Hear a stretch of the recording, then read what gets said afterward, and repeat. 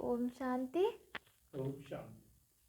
3 दिसंबर 2022 के आज हम ईश्वरीय महावाक्य सुनेंगे कि बाबा क्या कहते हैं। प्रातः मुरली। ओम शांति। बाप दादा मधुबन।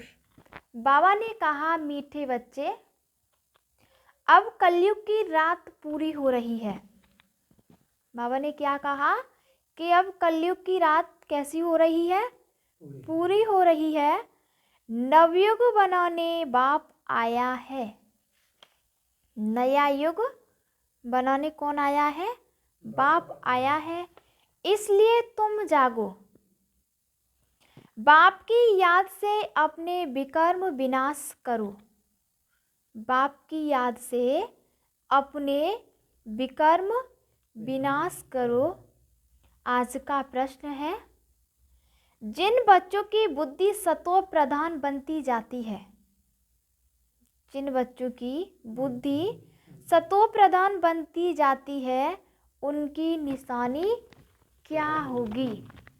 तो फिर बाबा ने उत्तर में बताया है, उन्हें दूसरों को आप समान बनाने के ख्याल आते रहेंगे। अपने समान दूसरों को बनाने के क्या आते रहेंगे? ख्याल आते रहेंगे। वह अपना और दूसरों का कल्याण करने की युक्तियां रचते रहेंगे। खुद का भी, स्वयं का भी कल्याण करेंगे और दूसरों का भी कल्याण करेंगे। दिन रात सर्विस में लगे रहेंगे। दूसरा प्रश्न है, तुम बच्चों को बड़े से बड़ी कौन सी कारोबार मिली हुई है? तुम बच्चों को बड़ी से बड़ी कौन सी कारोबार मिली हुई है? तो कौन सी है? बाबा ने उत्तर में बताया है, सारी दुनिया को बाप का परिचय देने की कारोबार बहुत बड़ी है। सबसे बड़ी कारोबार कौन सी है? बाप का परिचय देने की। कोई भी आत्मा बाप के परिचय बिना रह न जाए। रात दिन चिंतन चलता रहे कि कैसे किसी को समझाएं, शंख ध्वनि करें। किसकी? ज्ञान की। आज गीत है, जाग सजनिया जाग। ओम शांति।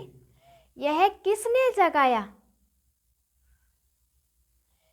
सजनी कहने वाला कौन है? बच्चे जो समझते हैं कि बेहद का बाप एक ही है, जिसका असली नाम शिव है। बाकी जो अनेक नाम रखे हैं वह है सब भक्ति मार्ग के। अनेक जो भी नाम है वो कैसे हैं? भक्ति मार्ग के। और परमात्मा का सच्चा परिचय क्या है? और उसका नाम क्या है? शिव है। तो बाबा ने कहा है, राइट नाम क्या है? एक ही शिव है। जयंती भी मनाते हैं, वह हो गई परमात्मा जयंती। वो कौन सी जयंती हो गई? परमात्मा जयंती हो गई। गाते भी हैं निराकार शिव जयंती। कहते तो हैं निराकार जयंती। बाबा ने कहा है, आत्मा को जब शरीर मिलता है तब उस शरीर का नाम पड़ता है, और शिव तो आत्मा का ही नाम है। जब शरीर मिलता है तब नाम पड़ता है। वैसे तो बाबा ने बताया है नाम पड़ता है, और शिव तो आत्मा का ही नाम है। उसको कहा जाता है सुप्रीम सोल। सोल का नाम क्या है? नाम गाया हुआ है शिव। आत्मा का नाम क्या है? तो बाबा ने कहा है नाम गाया हुआ है शिव। गाया भी जाता है शिव जयंती। आत्मा की जयंती नहीं कहेंगे, क्योंकि गीता का भगवान तो शिव निराकार है। श्री कृष्ण शरीर का नाम है, देहधारी है। अब कह रहे हैं शिव का, श्री कृष्ण का नाम है और वो कैसा है? देहधारी है ना। यह तो शिव बाबा ही आकर सजनियों को जगाते हैं और अपनी पहचान भी देते हैं कि मैं आया हूं नई दुनिया बनाने। अब मामे कम याद करो, माया पर जीत पानी है। बाबा को कहते ही भी है पतित पावन। देवताएं जो पावन थे अभी पतित बने हैं, इसलिए सभी पुकारते हैं हे पतित पावन आओ। सभी आत्मा कैसी बन पड़ी है? पतित बन गई है, इसलिए परमात्मा को पुकारती हैं कि हे परमपिता से परमात्मा कर हम आत्माओं को पावन बनाओ। तब बाबा ने कहा आकर हम लिबरेट करो। बच्चे कहते हैं कि हमें आकर के इस दुनिया से छुड़ाओ, इस दुख की दुनिया से हम आत्माओं को छुड़ाओ। तो बाबा ने कहा किस से? माया रावण से अथवा शैतान से? मनुष्यों को यह समझ में नहीं आता कि अभी चलना है। कैसी कुछ दुनिया से छुड़ाएं, माया रावण की दुनिया से या शैतान से? तो बाबा ने कहा है मनुष्यों को यह समझ में नहीं आता कि अभी चलना है। नवयुग सतयुग अब आया कि आया। नया युग सतयुग की दुनिया आने वाली है और इस दुनिया का विनाश होने वाला है। कहा है गीता में भी कहते हैं नवयुग, वह है पवित्र दुनिया। सतयुग की दुनिया कैसी है? पवित्र दुनिया है। बाप आते ही पतित से पावन बनाने के लिए। नई दुनिया को नया युग अथवा सतयुग कहा जाता है। यह है कलयुग, पुरानी दुनिया, और सभी कुंभकर्ण की नींद में सब सोए हुए हैं, उनको आकर जगाते हैं, क्योंकि आज सभी आत्माएं कुंभकर्ण की नींद में सोई हुई है, इसलिए परमपिता से परमात्मा को सोया माना पड़ता है। तब बाबा ने कहा है माया ने अज्ञान अंधकार की रात में सबको सुला दिया है। अब बाप कहते हैं बच्चे कुंभकर्ण की नींद से जागो। अभी इस पुरानी दुनिया का अंत है और मौत सामने खड़ा हुआ है, इसलिए अब रात पूरी होती है, दिन आना है, इसलिए तुम जागो। अब बार बार कह रहा है कि अब तुम जागो, क्योंकि इस दुनिया का विनाश तो होने वाला है और सत्य की दुनिया आने वाली है। तब बाबा ने कहा तुम समझते हो बाबा आया हुआ है। हम भी घोर अंधेरे में सोए पड़े थे,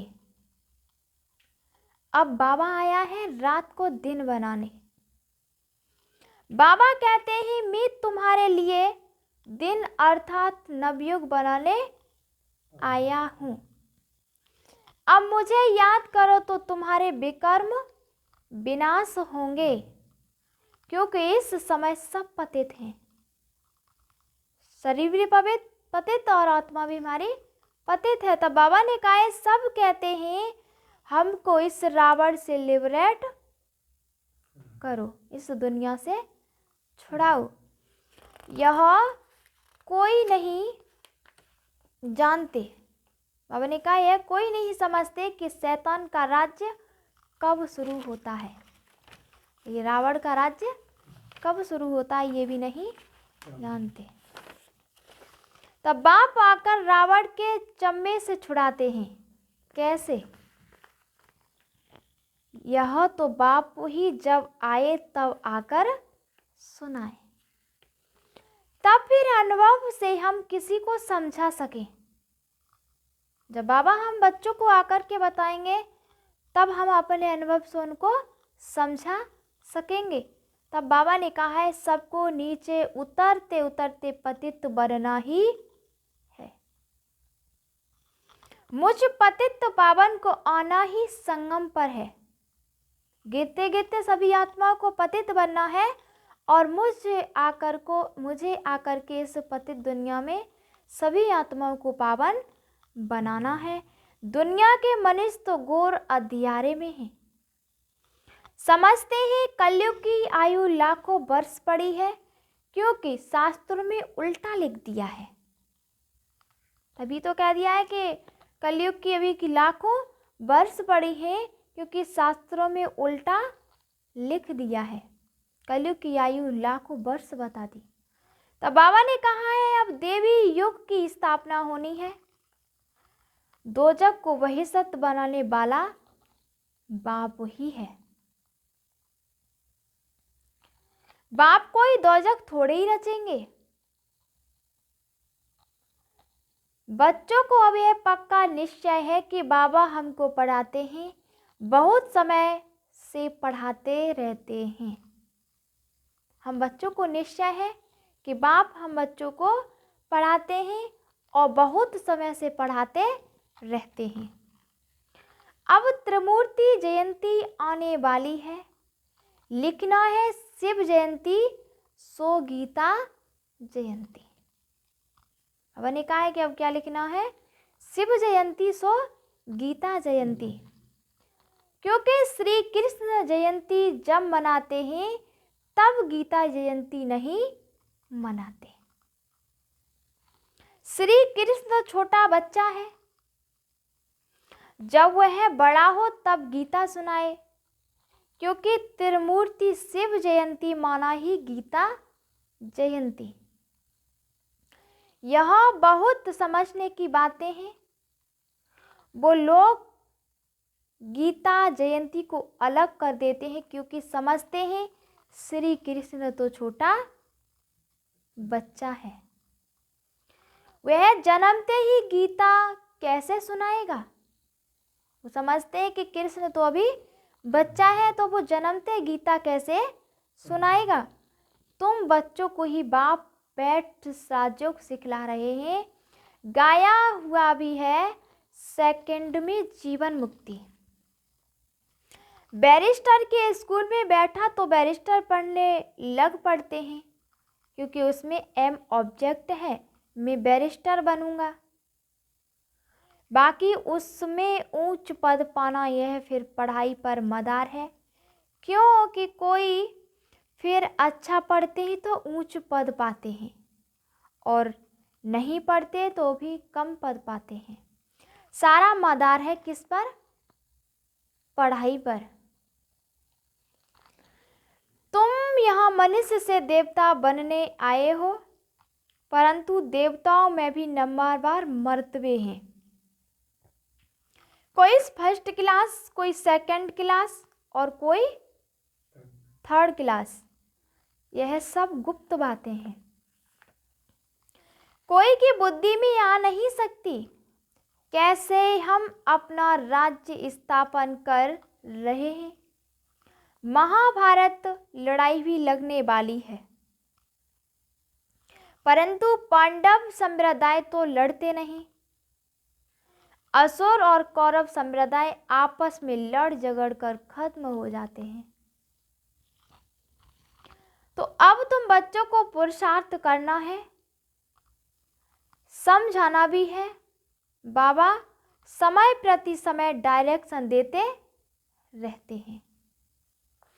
निराकार परमपिता परमात्मा राजयोग कैसे सिखलाएंगे। कहते हैं कि निराकार परमपिता परमात्मा राजयोग कैसे सिखलाएंगे। जरूर शरीर में आएंगे। बाप श्रीमत दे रहे हैं, बच्चे तुमको याद की यात्रा पर रहना है और मुझे याद करो। यह है योग अग्नि। जब हम योग करेंगे तभी हमारे पाप कैसे होंगे?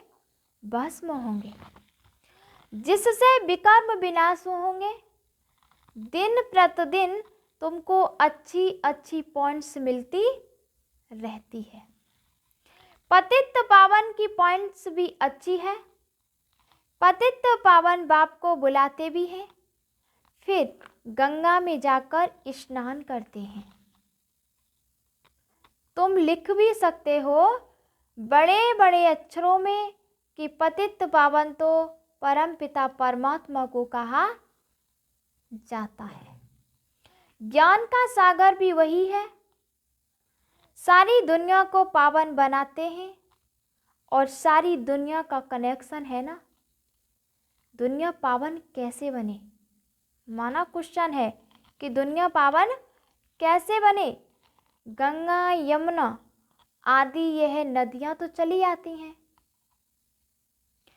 अभी कलयुग का समय है तो कुछ गड़बड़ होती है।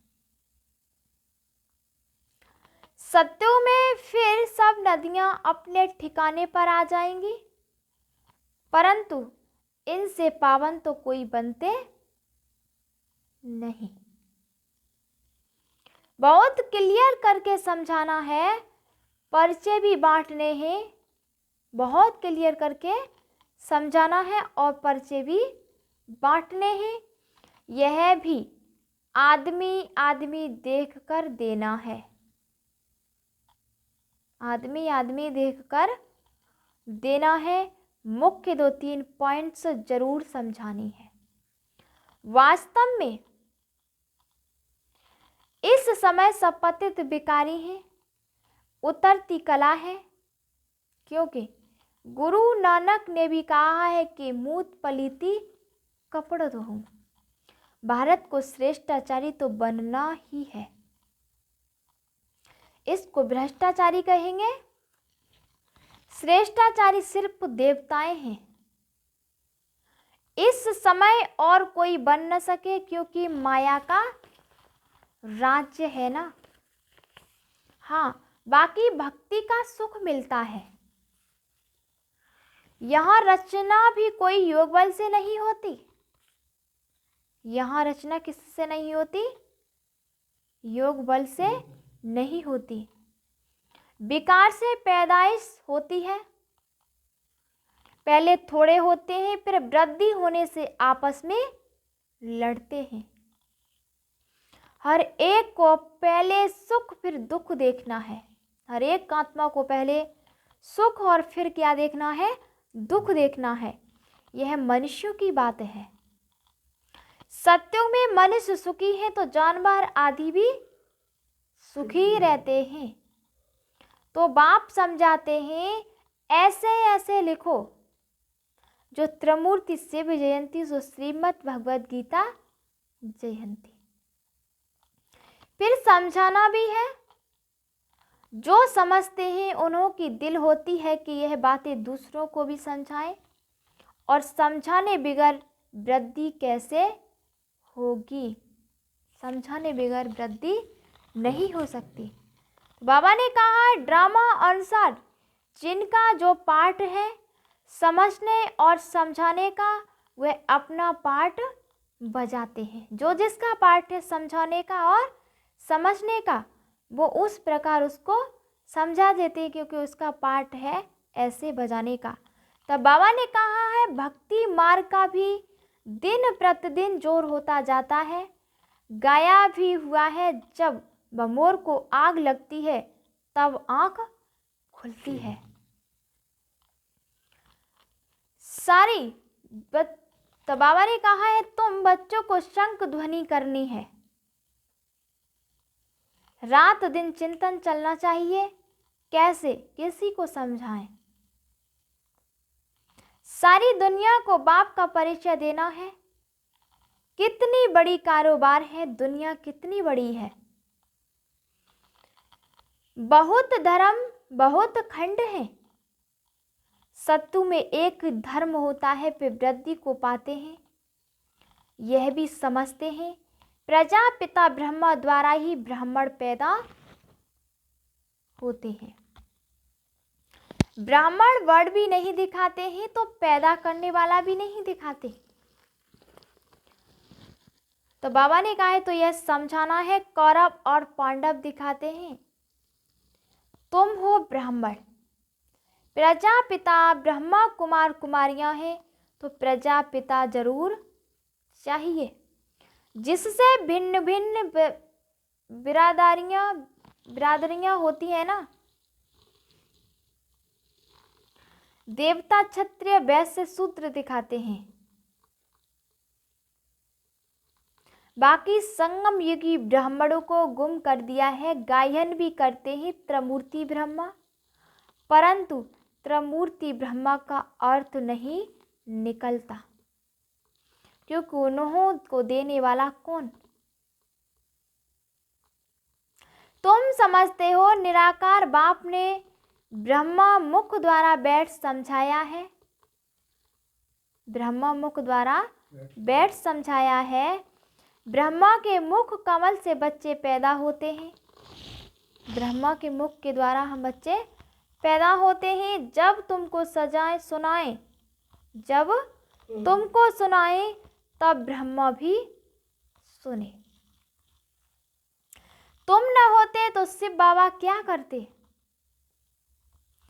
एक को तो नहीं सुनाया जाता, क्योंकि शास्त्रों में एक अर्जुन का नाम लिख दिया है कि सिर्फ एक को ही ज्ञान दिया था। तो बाबा ने कहा है तो जिस समय जो पॉइंट्स निकलती है उस समय उसी सर्विस में लगना चाहिए। तुम्हें हर बात बहुत क्लियर करके समझाई जाती है, परंतु योग में रहें, पावन बने, यह मेहनत है। योग में रहना और पावन बनने की क्या है? एक मेहनत है। तो बाबा ने कहा है विष छोड़ना कितनी मेहनत है, विष पर ही झगड़ा होता है। तो बच्चों को सर्विस पर यह टेंशन देना है कि पढ़कर पढ़ाना है, इस सर्विस में ही कल्याण है। ओना रहना चाहिए, शौक रहना चाहिए। तब बाबा ने कहा जो नए आते हैं उनसे फार्म भराने वाले बहुत तीखे चाहिए, बहुत तेज बुद्धि वाले चाहिए। फार्म भराने समय यह भी पूछो तुम साधना करते हो? फार्म भरते समय उनसे पूछो कि तुम साधना करते हो? मुक्ति धाम जाना चाहते हो ना? मुक्ति धाम जाना चाहते हो ना? मुक्ति धाम का मालिक तो एक ही परम पिता परमात्मा है, वह बाप ही आकर पावन बनाते हैं। यह स्नान आदि तो भारत में ही करते हैं और धर्मों में नहीं करते।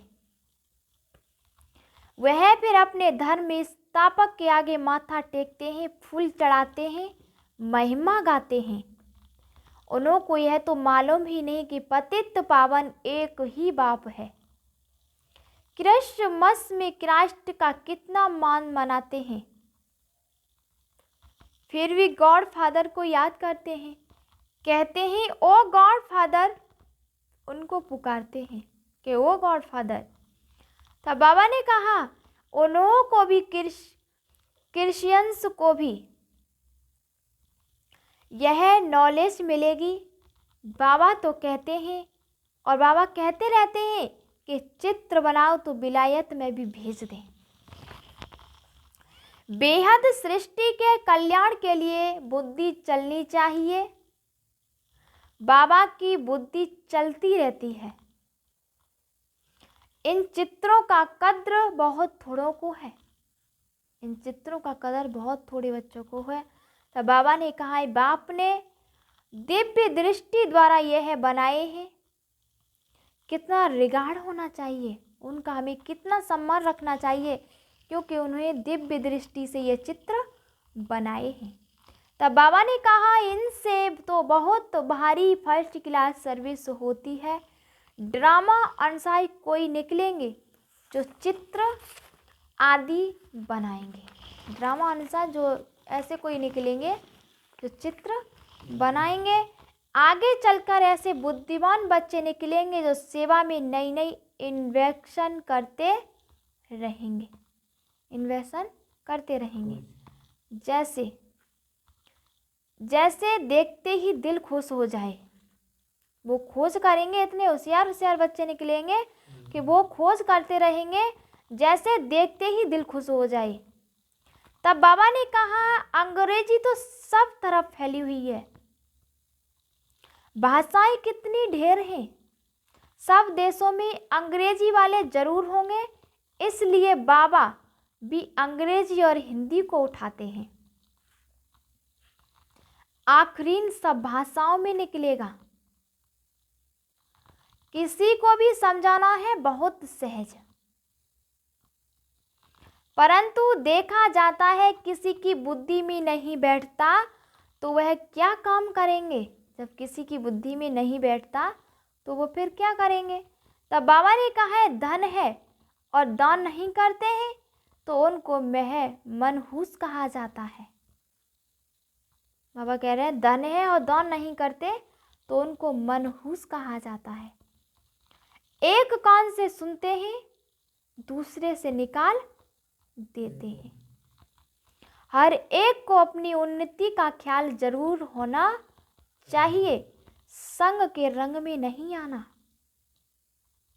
सर्विस में बिजी रहना है, नहीं तो बड़ा भारी घाटा पड़ जाएगा। अपनी उन्नति के लिए कोशिश जरूर करना है चाहिए।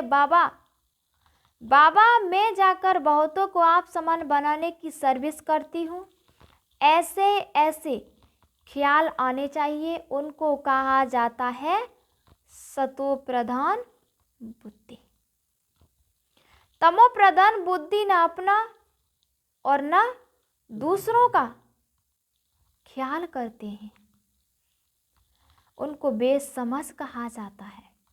और जिनके अंदर समझ होती है वो अपना भी ख्याल रखते हैं और दूसरों का भी ख्याल रखते हैं।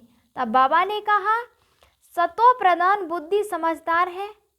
हिसाब किताब भी कोई कोई का बहुत कड़ा रहता है, समझते हुए भी फंसे हुए हैं।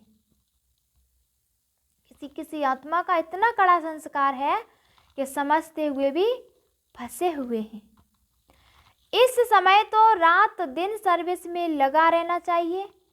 खुद की ही कमाई है, मुझे बाप से पूरा वर्षा लेना है, नहीं तो कल का घाटा पड़ जाएगा।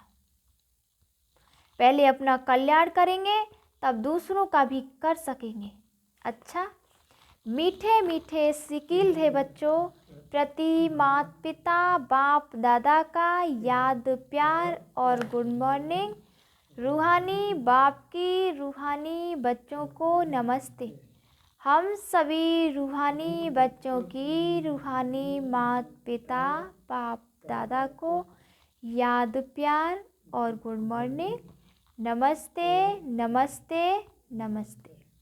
धारणा के लिए मुख्य सार है। पहली पॉइंट है ज्ञान धन दान करने में मनहूस नहीं बनना है।